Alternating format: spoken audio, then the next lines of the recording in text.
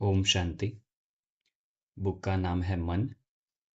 जिस महावाक्यों में, अव्यक्त महावाक्यों में मन के बारे में आया हुआ है उसका यह संकलन है। इसका यह तीसरा भाग है जो हम इस वीडियो में पढ़ेंगे और सुनेंगे। जहाँ भय है, चिंता है, वहाँ खुशी में नाचना नहीं। अपनी कमजोरियों की भी चिंता होती है। अपने संस्कार व संकल्प कमजोरियों की भी चिंता होती है। अपने संस्कार व संकल्प कमजोर है तो सत्य मार्ग होने के कारण मन में अपनी कमजोरी का चिंतन चलता जरूर है। क्या कहा बाबा ने? अपने संस्कार व संकल्प कमजोर है तो यह मार्ग जो है वो सत्य मार्ग है, इसलिए सत्य मार्ग होने के कारण मन में अपनी कमजोरी का चिंतन जरूर चलता है। कमजोरी मन की स्थिति को हलचल में जरूर लाती है। चाहे कितनी भी अपने को छिपावे व आर्टिफिशियल अल्पकाल के समय प्रमाण, परिस्थिति प्रमाण बाहर से मुस्कुराहट भी दिखावे, लेकिन सत्यता की शक्ति स्वयं को महसूसता अवश्य कराती है। बाप से और अपने आप से छिप नहीं सकता, दूसरों से छिप सकता है। ठीक है, अपने आप से नहीं छिप सकता, दूसरों से छिप सकता है। चाहे अलबेलेपन के कारण अपने आप को भी कभी कभी महसूस होते हुए भी चला लेवे। ठीक है, अलबेलापन है तो खुद को तो रियलाइज होगा, महसूस होगा, मगर फिर भी चला लेते हैं। बाबा कहते हैं ऐसे केस में क्या होगा? फिर भी सत्यता की शक्ति मन में उलझन के रूप में, उदासी के रूप में, व्यर्थ संकल्प के रूप में आती जरूर है। अगर अलबेलापन होगा, चला भी लेंगे तो भी मन में उलझन होगी, व्यर्थ संकल्प आएंगे, उदासी होगी, क्योंकि सत्यता के आगे असत्य टिक नहीं सकता। जैसे भक्ति मार्ग में चित्र दिखाया है, सागर के बीच सांप के ऊपर नाच रहे हैं। है सांप, लेकिन सत्यता की शक्ति से सांप भी नाचने की स्टेज बन जाते हैं। मतलब अगर आप सत्य के रास्ते पर चल रहे हो तो मुश्किलें भी आती है तो क्या होगा? सांप पर नाचने के स्वरूप में दिखाए। इसका मतलब आप खुश रहेंगे, आप दुखी नहीं होंगे। कैसी भी भयानक परिस्थिति हो, माया के विकराल रूप हो, संबंध संपर्क वाले परेशान करने वाले हो, क्या क्या चीजें आएंगी? एक तो बाहर की भयानक परिस्थिति हो सकती है, अंदर अपने मन के अंदर मन बुद्धि संस्कार माया के विकराल रूप, और बाहर जो इस दुनिया में है, हम लोगों के संपर्क में आते हैं तो संबंध संपर्क में परेशान करने वाले हों। फिर है वायुमंडल। यह मन की बात है कि यह वायुमंडल दूसरों के मन का वायुमंडल। एक आ गया बाहर का प्रकृति का, एक आ गया हमारा अंदर का खुद के मन का, मन बुद्धि संस्कार का। तीसरा आया हम व्यक्तियों के संपर्क में आते हैं वो, और चौथा आया दूसरे व्यक्तियों के मन के प्रभाव। जैसे खुद के मन के प्रभाव का यहाँ पर बताया, माया के विकराल रूप। तो यहाँ पर चौथा जो आ रहा है वो वायुमंडल, मतलब दूसरों के मन के प्रभाव। वायुमंडल कितना भी जहरीला हो, लेकिन सत्यता की शक्ति वाला इन सब को खुशी में नाचने की स्टेज बना देता है। तो यह चित्र किसका है? आप सभी का है ना? अब तक भी कोई हलचल है, भय है, तो सत्य के साथ सत्य असत्य अभी रहा हुआ है। ठीक है, कोई भी अगर हलचल है, अंदर भय है, तो सत्य के साथ असत्य भी है अंदर, इसलिए भय लगता है, हलचल होती है। 26 दिसंबर 1984 के अव्यक्त मूल्य महावाक्य सुने। मन से स्वयं सदा मन के शांति स्वरूप बन, सदा हर संकल्प में शक्तिशाली बन, शुभ भावना शुभ कामना द्वारा दाता बन, सुख शांति के शक्ति की किरणें वायुमंडल में फैलाते रहो। क्या क्या करने को बोला? मन से स्वयं सदा शांत मन के, स्वयं सदा मन के शांति स्वरूप बन, पहले तो खुद के मन को शांत रखना है। उसमें क्या होने चाहिए? सदा हर संकल्प में शक्तिशाली बन, संकल्प भी हमारे शक्तिशाली होने चाहिए। और क्या होने चाहिए? शुभ भावना और शुभ कामना होनी चाहिए, और दाता की भावना भी होनी चाहिए। दाता बन सुख शांति के शक्ति की किरणें। कौन सी शक्तियां वातावरण में फैलानी है? सुख शांति की शक्ति। सुख शांति के शक्ति की किरणें वायुमंडल में फैलाते रहो।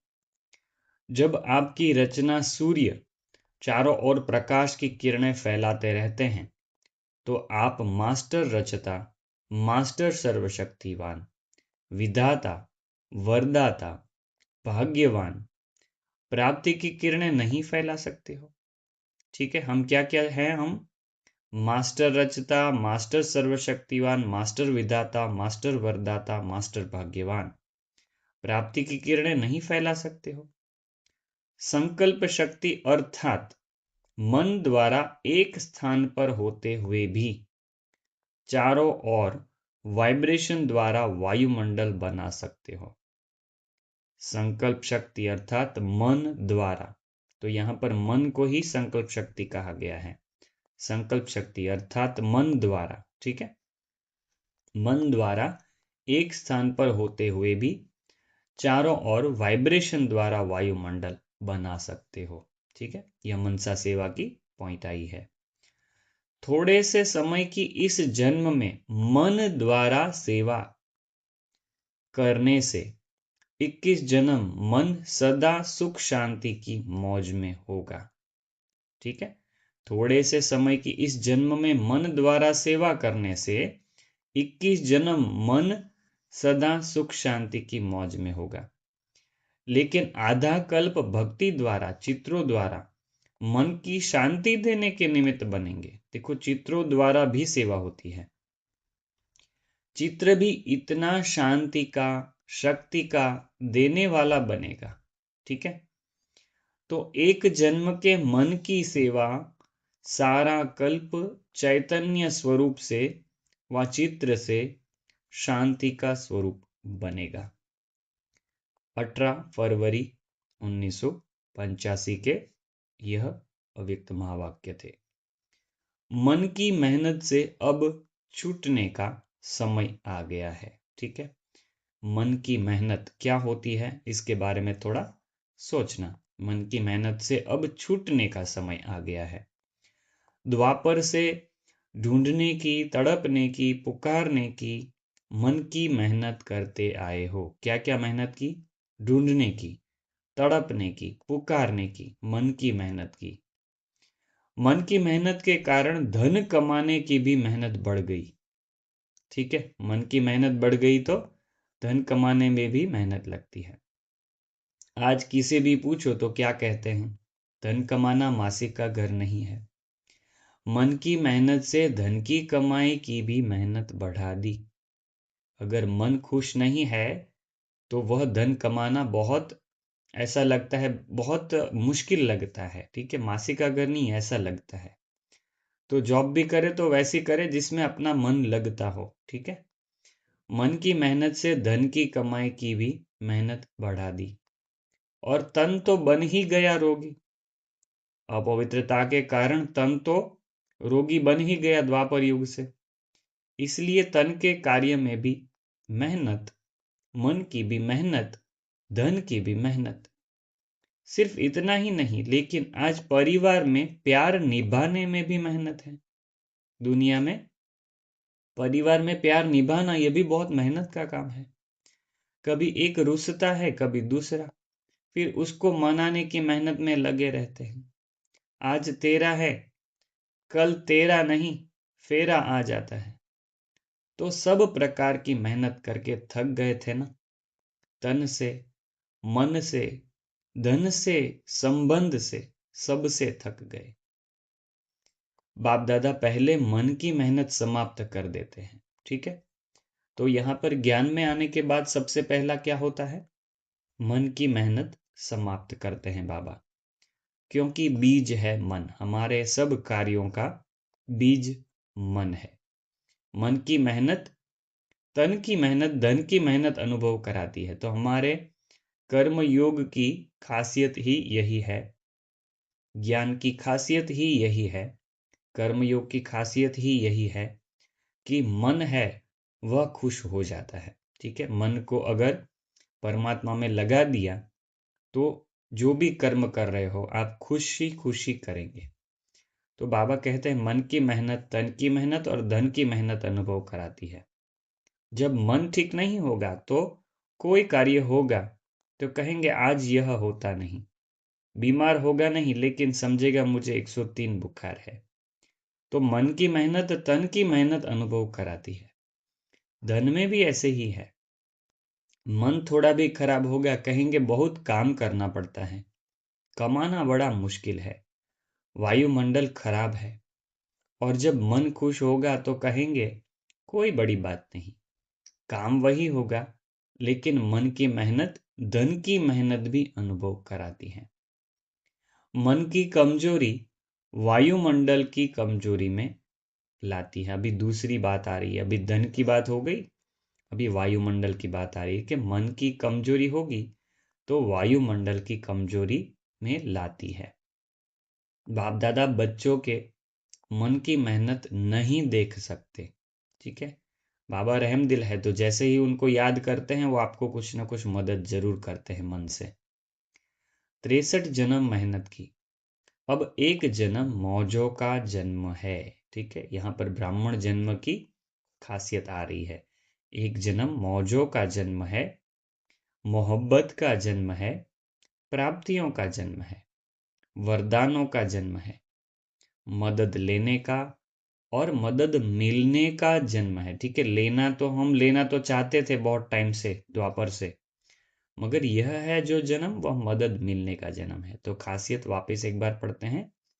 एक जन्म मौजों का जन्म है, मोहब्बत का जन्म है, प्राप्तियों का जन्म है, वरदानों का जन्म है, मदद लेने का और मदद मिलने का है। फिर भी इस जन्म में भी मेहनत क्यों? तो अब मेहनत को मोहब्बत में परिवर्तन करो, महत्व से खत्म करो। अगर महत्व रखेंगे तो मोहब्बत फील होगी। ठीक है, महत्व से खत्म करो मेहनत को, इसका महत्व रखेंगे संगम युग का, तब जाके हमारा काम इजी होगा। 15 मार्च 1985। बाप दादा रोज मीटिंग में आते हैं। ठीक है, हम जब भी मीटिंग करते हैं ब्राह्मण आपस में, बाबा कहते हैं बाप दादा रोज मीटिंग में आते हैं।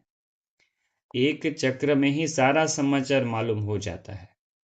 बाबा आता है तो तुरंत उनको मन से, संकल्पों से सब पता चल जाता है कि क्या क्या बातचीत हुई और क्या उसमें से निर्णय निकला। बाप दादा सभी का चित्र खींच जाते हैं, कैसे कैसे बैठे हैं, शरीर रूप में नहीं, मन की स्थिति के आसन का फोटो निकालते हैं। देखो यह भी बहुत गुह्य पहेली है, मन की स्थिति का आसन कैसा है उसका भी बाबा फोटो निकालते हैं। तो हमारे पास जब भी बाबा आते हैं तो हमारी मन की स्थिति देखते हैं, हम शरीर से क्या कर रहे हैं वो नहीं दिखते। मुख से कोई क्या भी बोल रहा हो लेकिन मन से क्या बोल रहे हैं वह मन के बोल टेप करते हैं। बाबा को मन का बोल सुनाई देता है। हम भले एकदम शांति से बैठे हैं मगर मन से अगर शुभ भावना भी कर रहे हैं, दुनिया के लिए शुभ कामना भी कर रहे हैं, मनसा सेवा भी कर रहे हैं, तो बाबा उसमें भी दुआ भरता है। ठीक है, वो भी आके देखता है कि ये बच्चा क्या सोच रहा है। मुख से कोई क्या भी बोल रहा है लेकिन मन से क्या बोल रहे हैं वह मन के बोल टेप करते हैं।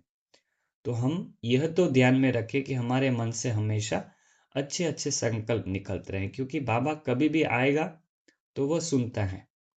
बाप दादा के पास भी सबके टेप किए हुए कैसेट्स हैं, चित्र भी है, दोनों है, वीडियो टीवी आदि जो चाहो वह है।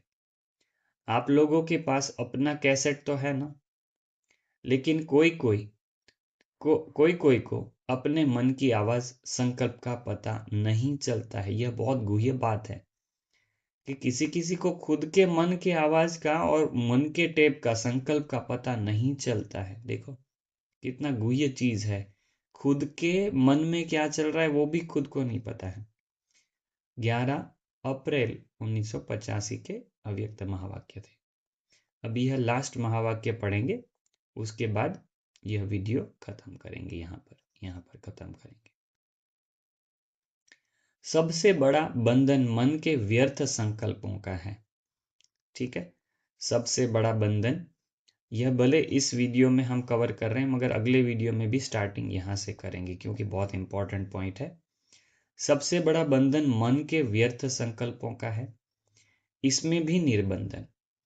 कभी कभी यह बंधन बांध तो नहीं लेता है, क्योंकि संकल्प शक्ति हर कदम में कमाई का आधार है।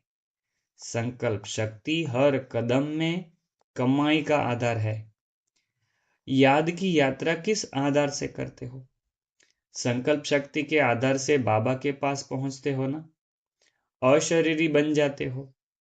तो मन की शक्ति विशेष है। व्यर्थ संकल्प मन की शक्ति को कमजोर कर देते हैं। व्यर्थ संकल्प क्या करते हैं? मन की शक्ति को कमजोर करते हैं। इसलिए इस बंधन से मुक्त व्यर्थ संकल्प, इसके ऊपर बहुत बार संकल्प बुक में भी आएगा और ये मन की बुक में भी आएगा। कुमार अर्थात सदा तीव्र पुरुषार्थी, क्योंकि जो निर्बंधन होगा उसकी गति स्वतः तीव्र होती है।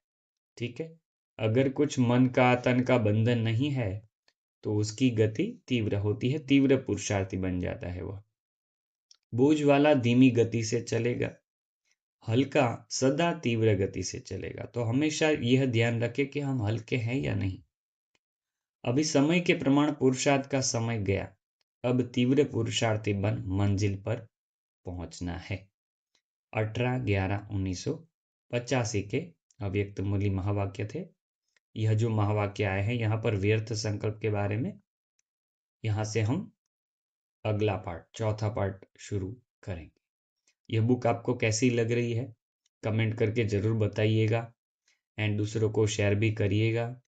और सबसे अच्छी पॉइंट ये वीडियो में से क्या लगी आप कमेंट में जरूर डालिएगा। ओम शांति।